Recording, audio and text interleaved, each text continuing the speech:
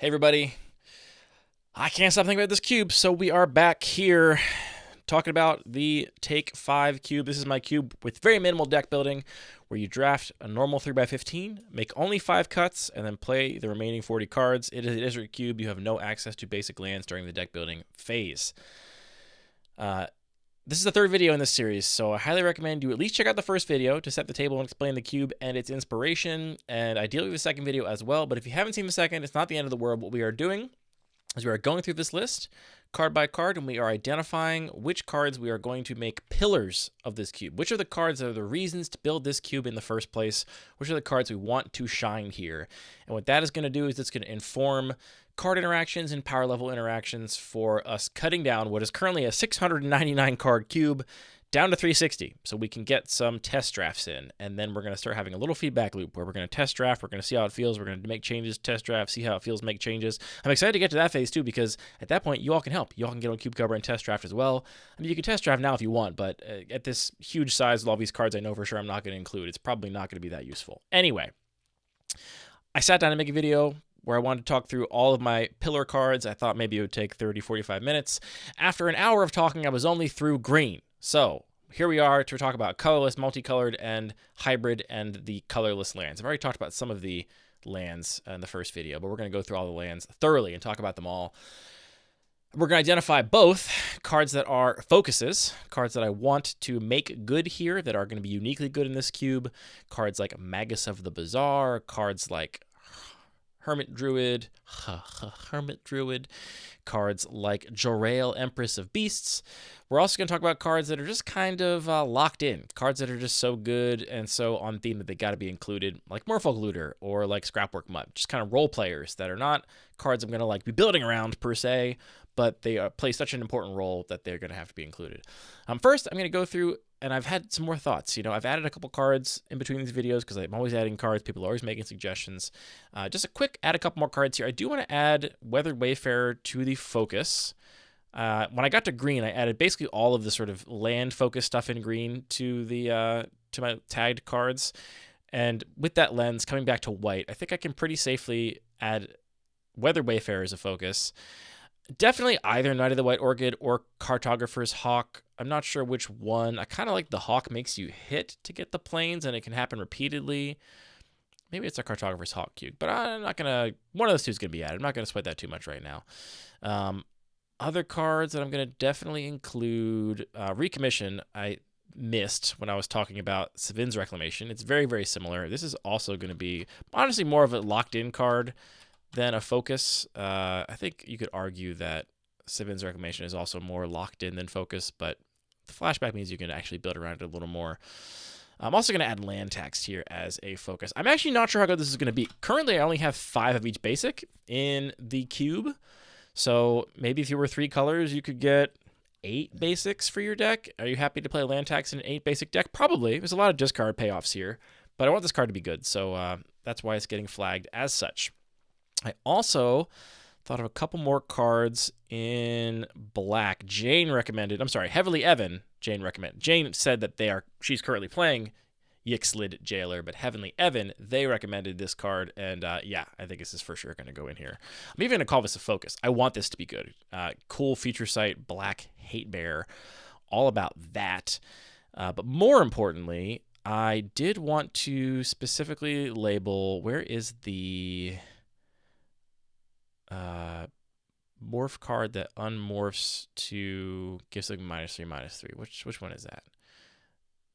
There we go. Pheto Exterminator. This is also going to get locked in, and the reason I'm locking this card is the same reason I'm locking in other morph cards. It is a removal spell.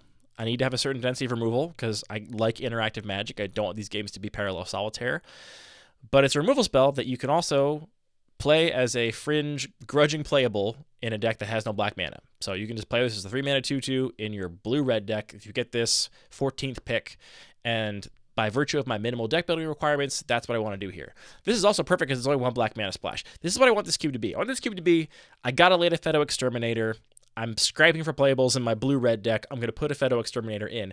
But I also have a Tarnished Citadel and a Tendo Ice Bridge and, I don't know, a Prophetic Prism in my deck. So without having to try, I also have a couple ways I can maybe splash the unmorph cost on my Epheto Exterminator. That's what this cube is all about. The other card, which is even more of a slam dunk, is for sure Iker Slick. This is exactly what this cube is all about. Same thing. So it's a cycling card that you can just play as a 2-mana cycler in any deck, but it's got Madness. It's also a removal spell. This is for sure locked in. Absolutely. No question. What else have I forgotten? Oh, like Necrogen Spellbomb, I can pretty safely lock that into. It's just, again, it cycles. It's a cheap artifact. There are times where the discard would be really relevant. You're going to want to discard something, make your opponent discard something. Tortured Existence is a really interesting one that I think I'm also going to lock in / make a focus. What this basically does is it makes any creature you draw a copy of whatever creature you want in your graveyard, which means that it's just a use for otherwise uncastable spells. That one could famously be pretty frustrating to play against because it will lead to very repetitive play patterns. But for now, I'm going to mark it as a focus.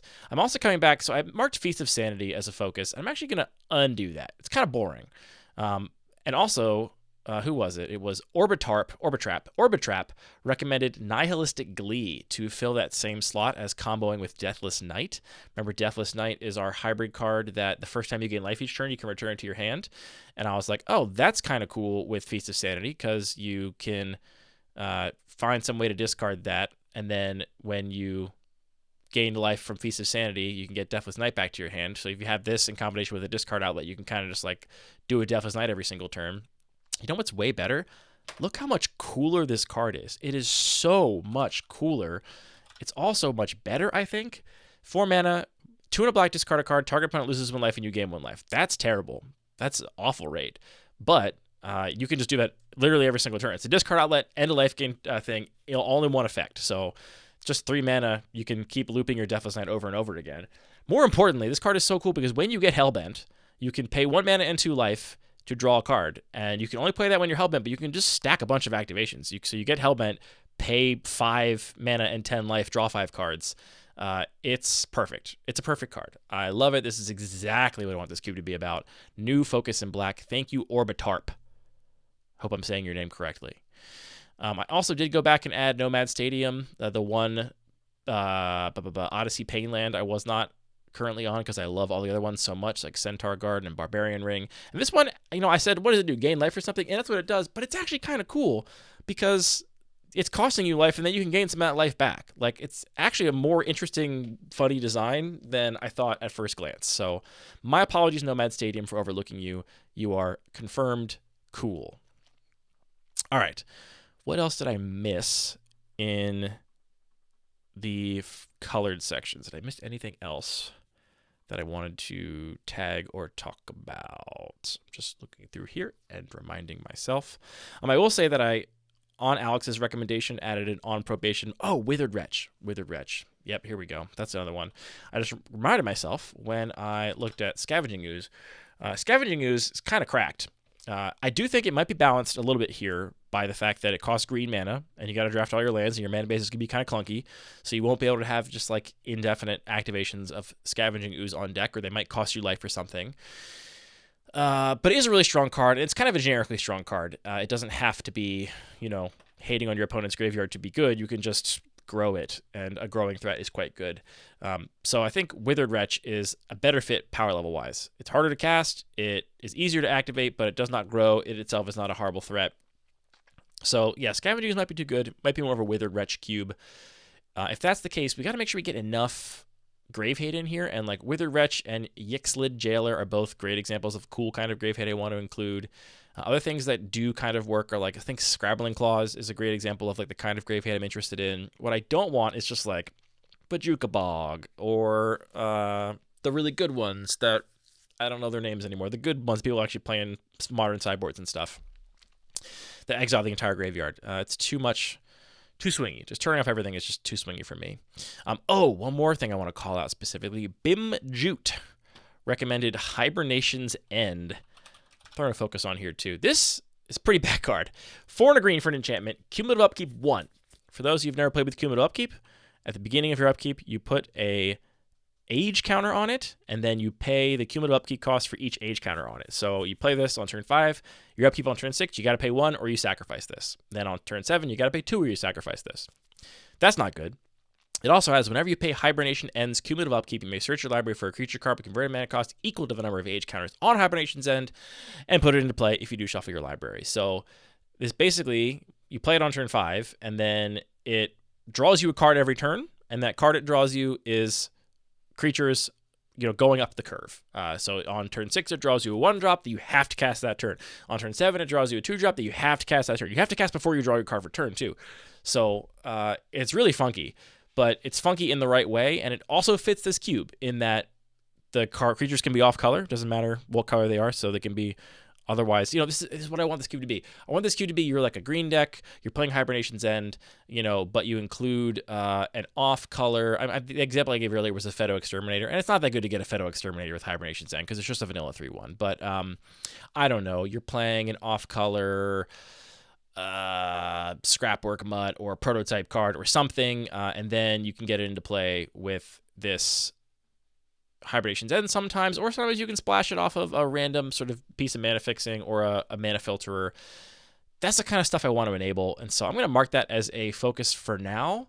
I also added the creature version of this, which was one of my early loves in the game, Yasan Wanderer Bard. 3 mana for a 2/3. You can pay 2 to green to tap it and put a verse counter on it, and then search your library for a creature card. Converted mana cost equal to the number of verse counters on your son. Put it into the battlefield, then shuffle your library. This is probably a better fit power level wise. It's more reasonable. 3 mana, 2/3. You can do that instant speed, which is good, so you can hold up mana and then do it on your opponent's turn or something. This is really all in, but for now, I'm going to mark that one the focus and see what we can do. I think that's all I want to talk about. Is there anything else I am missing here? No, I think that's it. Okay, now we can officially, only 12 minutes into the video, move on to the subject of the video, which is colorless, multicolored, hybrid, and land spells, and finding focuses there within. There's going to be a lot of role players here, too, like Street Wraith, for sure locked in. Much better example. You can find your Street Wraith on your Hibernation's End. You're playing it in your deck as a free cycler. You don't even have black mana. But now you also can Hibernation's End and just, get it as a 5-drop. Like, that's the kind of thing I want this cube to be all about. That's locked in. I think the Root Wall has got to be locked in. They are not really... Maybe I should not have them categorized as colorless, because you don't really want to be playing this. I mean, you can cast it, obviously, in any deck that can discard a card, but if you can't pump it, is it really worth it? And the answer is, I don't think so. But I'm going to lock both these in because they are such good role players in that discard deck. I'm also locking in Vault Scourge. Maybe Focus. The distinction between Focus and locked in is not super important right now. These are just basically cards I expect to be in the final list, but just for slightly different reasons. I actually love Vault Scourge here. We have a little bit of that life gain thing going on with the Deathless Knight and all the cards that relate to it. And I think this is a really elegant, beautiful card here. That's really good with equipments, and it's just a colorless creature.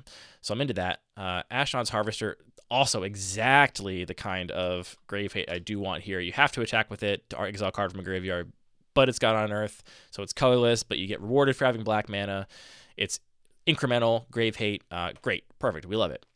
Containment Construct. I'm also just going to go ahead and lock this one in. We got so many ways to discard cards. This is a colorless card any deck can play that it can benefit from that. I'm really obsessed with Immolating Soul Eater. I'm going to go ahead and lock that in as well. I guess I should probably say that Containment Construct is a focus, because it's like a synergistic card. It's not just a role player. Okay. Yeah, I think I'm going to be tagging a lot of these colorless cards, because colorless is like what this cube is about largely. So I'm just going to lean in, and we're going to tag as many of these as I think to tag. Mirror Retriever, also going to go ahead and just lock this in, or focus. Yeah, I mean, this cares about the theme of artifact, creatures, and artifacts. It's colorless, it's good. Perilous Mirror is interaction. That is colorless. Colorless interaction that is playable, because the thing about colorless interaction is usually it's crazy expensive. But this is colorless interaction that is very reasonably costed, and so that's getting in for sure. Phyrexian Revoker, also colorless interaction, also locked in. There's also going to be a ton of activated abilities in this cube, I can tell already, so that's great. Porcelain Legionnaire is a card I care less about. It's much better than Vault Scourge, and for that reason, I don't think I'm as interested in it, so I'm skipping that for now. This is maybe one of my favorite inclusions in the entire cube, Rattleclaw Mystic. This is so sick. For 5 colorless mana, 3 to play it as a morph, and then 2 to unmorph it, you get one-shot fixing for green, blue, and red. So you play this in like your mono red deck, but it lets you splash maybe a sort of one-time activation or one-time casting of a green or blue spell. You can also just play this in your mono black deck and splash a bunch of cards off of it. It's so sick. This is perfection. Perfect card. Sneaky Snacker is one of these cards you can discard for free and then get some value when you draw your 3rd card a turn. I think it's going to happen a lot here. Like a lot. We got a lot of cycling. I'm going to go ahead and lock that in as well. Spined Thopter. I'm less enthused about that one than I am about Vault Scourge. Going to skip that for now. Fairy Macabre.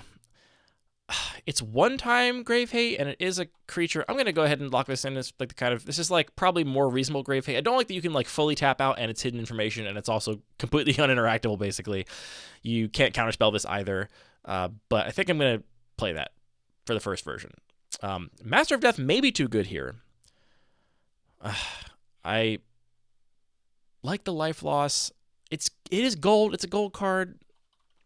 All right. We're gonna say Master of Death is a focus, because I said that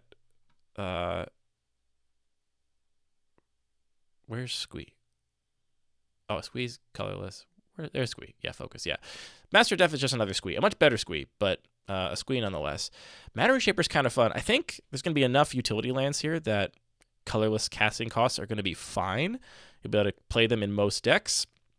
And this one also maybe free cast the top card of your library, which also gets around casting restraints. But you'll see with this card and with like manifest cards and some other things that just care about the top of your library, it's so unlikely that your uncastable card is going to be on top of your library that I think that kind of RNG is something I'm not that interested in. Phyrexian Metamorph.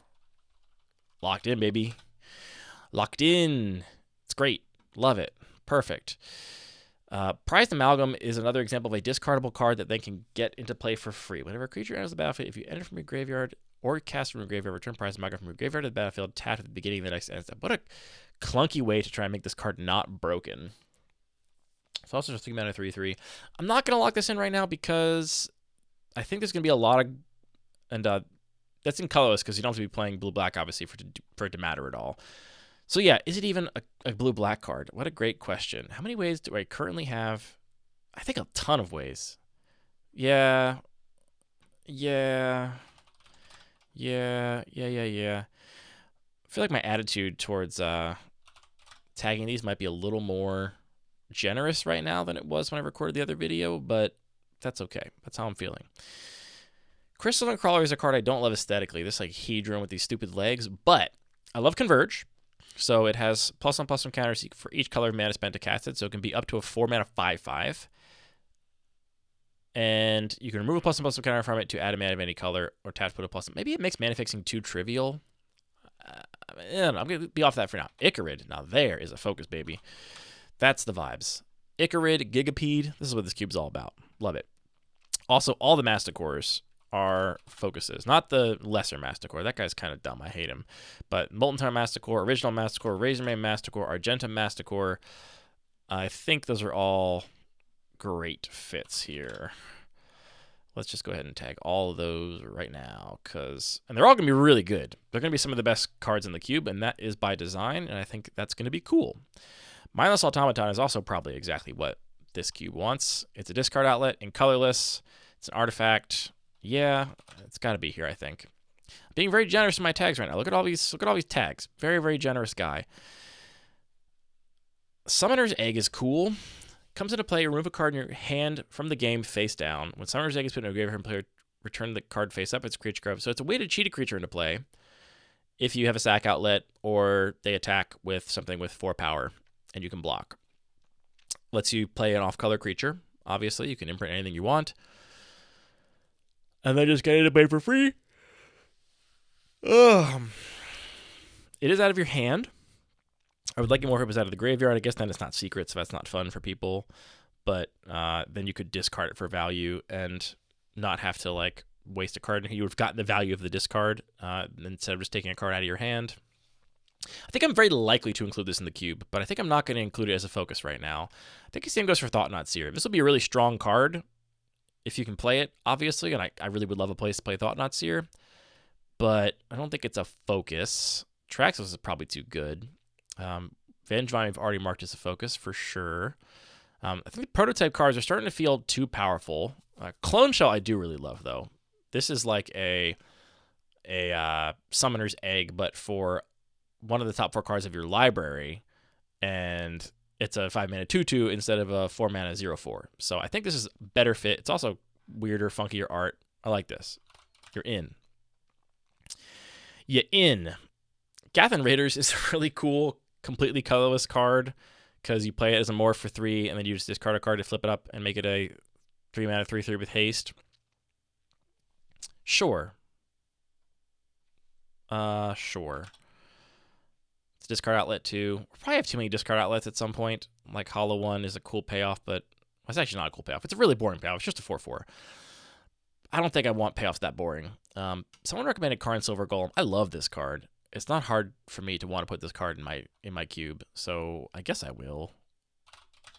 That's the kind of thing I want the artifact deck to end up killing you with. Anti-Causal Vestige is another recommendation someone made. This is similar. It's in the Clone Shell space.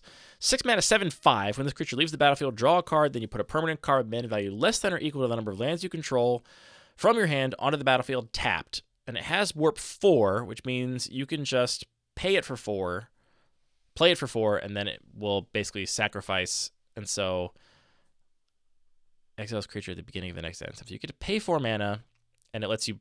Yeah, I think this is very cool, actually. I mean, it's going to be really strong, but it's cool because you get to pay 4 generic, and it basically lets you then mana fix for 1 spell, because you get to put a permanent card with mana value less than, so say you're on turn 4, you warp this, then you get to put a 4 mana value permanent onto the battlefield, regardless of whether you can pay the mana for it.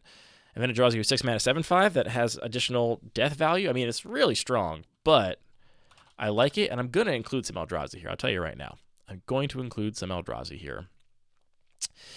Some bad Sunburst cards. Colorless Interaction. I think we're going to need to lock in Colorless Interaction in the form of Duplicant. It's not strong, but it's probably right about the right power level for this cube. Molten Steel Dragon is very cool, but I like Immolating Soul Eater more. It does the same thing in that it has this fire breathing for Phyrexian mana. Molten Steel Dragon has the fire breathing as well.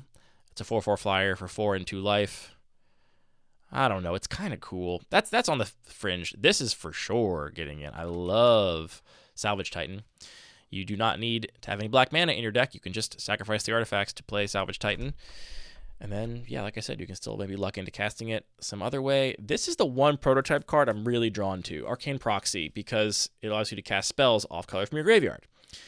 So it's a 1 blue 2/1 that casts a 2 mana value instant or sorcery from your graveyard for free, or a 7 mana 4/3 that casts a 4 mana value instant or sorcery from your graveyard for free. I'm going to try this. I'm going to try this for now. I think it might be kind of cracked, but it does depend on its targets, and there are going to be less good targets here than in many other cubes. Here's another card I'm going to controversially make a focus, I think. I think this is a really cool Kozilek, and if you're going to reanimate something, I think a 12/12 with Menace and card draw and a free discard outlet, but only works when there's a spell with converted mana cost of the card you want to discard on the stack. I don't know. I think it's cool. As long as the ways to reanimate creatures are things like the 4 mana one with the flashback sacrifice 3 creatures. What is that guy? As long as it's stuff like that, I think Dread Return. As long as it's stuff like Dread Return, I think that could be totally reasonable. Yeah, I think I also like Metalwork Colossus here because there's going to be a lot of non-creature artifacts, and you can also put it back in your hand, and it's also just a generic 10/10. It's just a card I just really love, too. Kaladesh was a set I played a lot of. Getting a lot of focuses here. That's okay. That's good. We already locked in Dismember, Noxious Survival. Spatial Contortion, again, just good colorless interaction. This is not really colorless, though, because it is colorless, which means that it might still be hard for many decks to cast it, so I'm going to leave that off for now. Death of a Thousand Stings, already a focus for all the cool reasons. Flame Javelin, also going to be a focus. I I'm really into this card. 6 mana for 4 damage to any target is going to be fine in this cube, I think. And obviously, the red decks can make it much cheaper. I desperately wish Call of the Netherworld returned any target creature instead of just a black creature from your graveyard to your hand. That's what's keeping that off of my short list. Beseech the Queen, 6 mana tutor. Less than equal number of lands you control, so you can't get anything. You can just get, something you can cast, basically. I do really like these 2-brid cards. I think I want to include the 2-brid cards in the first version of the cube, and if stupid Commander makes these cards spike in price, I'm going to be so pissed off. Spectral Procession is maybe the wrong kind of good, but we're doing it. We're adding the 2-brid cards. I think every single one of them. What's the blue one? Tower Above is my favorite. Maybe Flame Javelin. It's close. I like Chimeric Mass, but not that much. Chrome Mox is, I think, going to be in here, but we'll leave it off for now. Jeweled Amulet.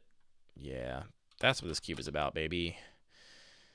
Lotus Bloom. Definitely what this cube is about. It's also a bit of a combo with a card we're going to talk about in a moment.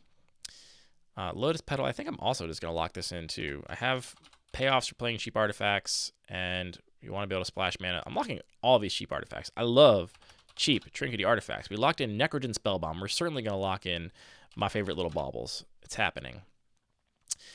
Aether Vial, focus, baby.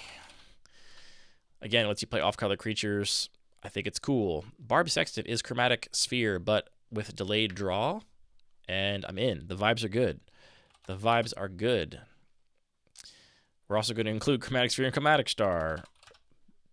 These are the perfect cards for this cube because they give you one-time shots of mana.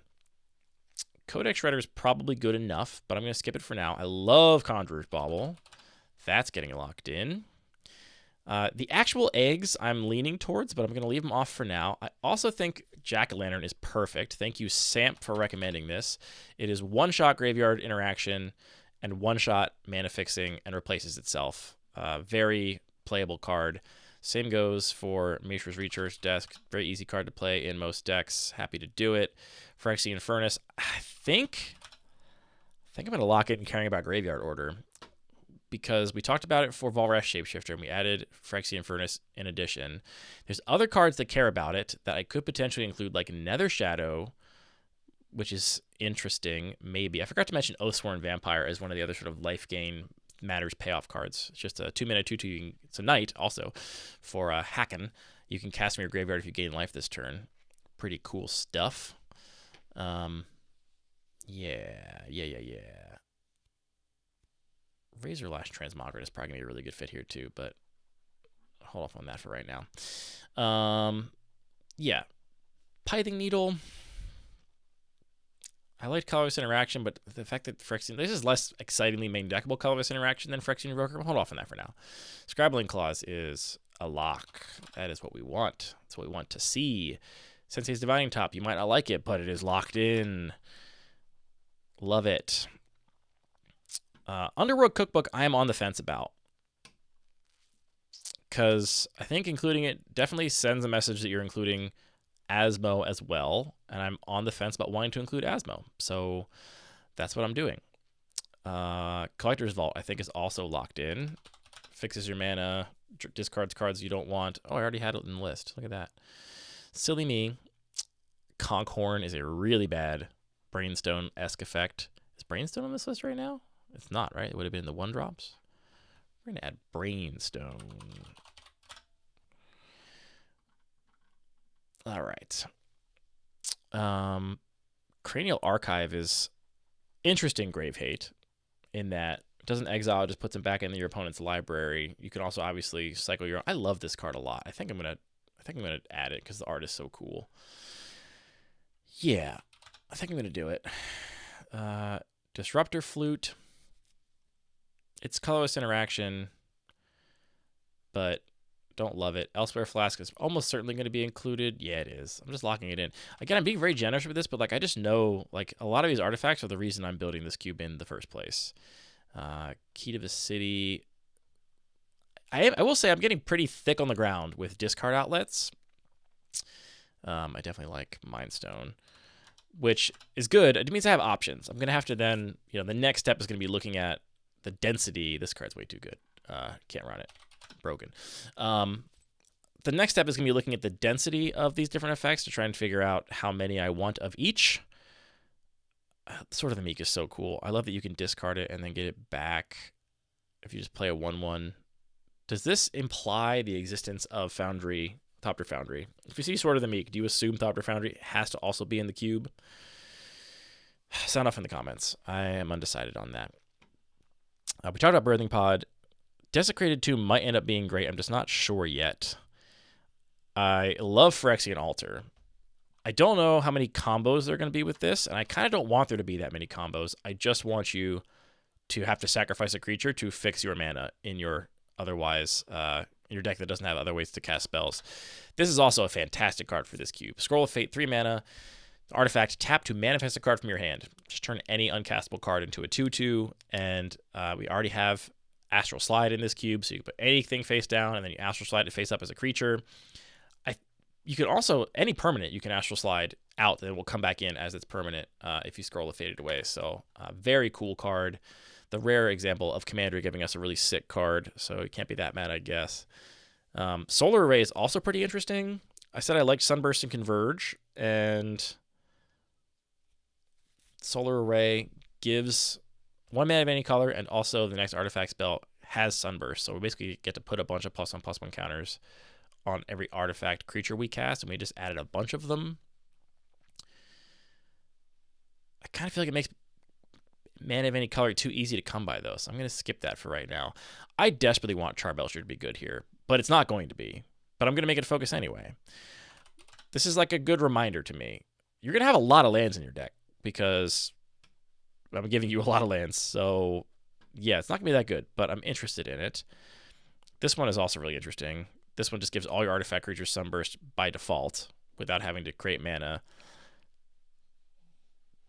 The second line I don't love. I really love this first line because this doesn't make your mana fixing easy. You have to have played ways to make a bunch of colors of mana. But if you have, it's a payoff in your deck full of colorless spells. That's a little narrow. I'm not gonna make it a sort of staple yet. Opaline Bracers is a cool sort of payoff. Prototype Portal. Exile an artifact card from your hand, put a token copy, exile card to the battlefield. This is like not that exciting to me because most artifacts are going to be colorless, so that doesn't really help. This allows you to make any instant or sorcery in your hand colorless and cast it once a turn for free on your upkeep.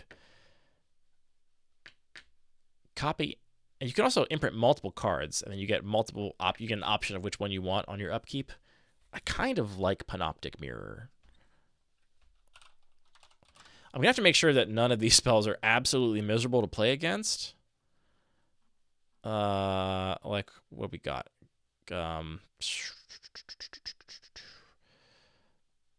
Like Formless Genesis every single turn for free.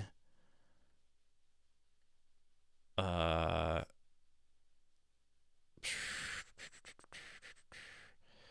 Radiant, I guess it could be pretty annoying with a board wipe if you're a control deck. Throes of Chaos every turn for free is pretty sick. I like that. That's cool. Yeah, I guess a removal spell, but it's such a big setup. I'm into it. I think that's the reason to play this cube is for stuff like Panoptic Mirror. So I'm in. Mycosynth Lattice would be really strong here, but it's symmetrical, and I think it would just help your opponent just as much as you. I want Spine of Ishsaw to be good. I have Goblin Welder in the cube, and the thing that's funny about this is that you discard it once to Goblin Welder, and then you get to weld it into play, but you can't sacrifice it again. Well, you can, but it goes back to your hand, and then you can discard it again. I want this to be good, too, to be perfectly honest. I want this to be a playable card. I don't know if it is yet. We're going to have to see. We've already tagged 74 things. I guess a couple of them were not tagged as locked in or focuses, but real quick, just for my benefit.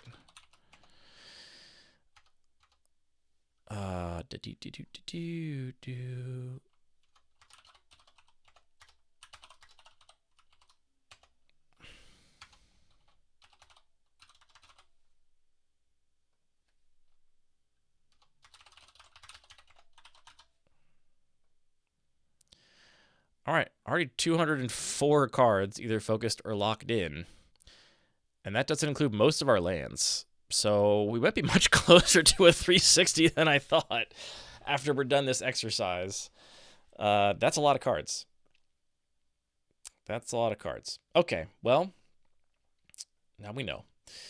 Back to editing here.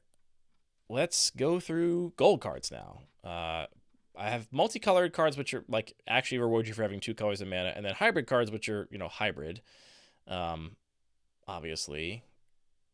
And the lands that are dual lands are all in hybrid because obviously you'll just play Raucous Theater in your deck because it taps for red. Again, you have to draft all your lands here. So dual lands are excellent because they go in your red or your black deck as a red or black mana source. I mean, there's mountains and swamps here, so you're very happy to draft, any of these dual lands. So that's why they're in the hybrid section instead of the gold section. Dance of the Mantis is one of the reasons I started building this cube. It's feeling pretty strong, and it's a huge payoff for the Trinkety Artifact deck. With Artificer's Intuition, it might be too good. I'm going to put it on probation, honestly. It might just be too much what your deck is doing. Court Hussar is really cool here. As a blue spell, it can just be like a pretty bad cantrip. Or if you spend a white to cast it, you also get a creature along with it. But, I don't know, it's a little too cute. Tameshi is locked in. That's a focus. That's a focus. These other cards are just not cool enough. In terms of blue-black, Ancient Excavation I'm really excited about.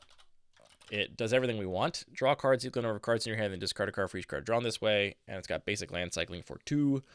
You can fix your mana with it, or if you have your mana underneath you can draw cards and then discard all your bad cards and keep all your good ones, because your deck has got a lot of bad cards in it still. So that's definitely in. Either Likeness Looter or Lazav the Multifarious are definitely going to be in this cube. One of the two, they're very similar. They both allow you to get cards into your graveyard. Lazav through a one-time surveil, and Likeness Looter has draw and discard a card stapled to it. And they both have, you can pay X to make it a copy of a card in your graveyard, mana value X. I don't think I'm going to include both. Which one should I include? Sound off in the comments below. Rixmanny Reveler, a perfect card for this cube. Discard outlet, splash the black activation, very cool. Grave Upheaval, also kind of perfect. Yeah, it's 6 mana reanimation spell, which is where I want reanimation to be, and it's got basic land cycling, so any deck can play it. I'm in. Love it. Don't love any of these. I mean, I do kind of love Grove of the Guardian. It's pretty cool. I guess we actually are basically at 300 cards already, aren't we? Right? Because if I go back to this filter,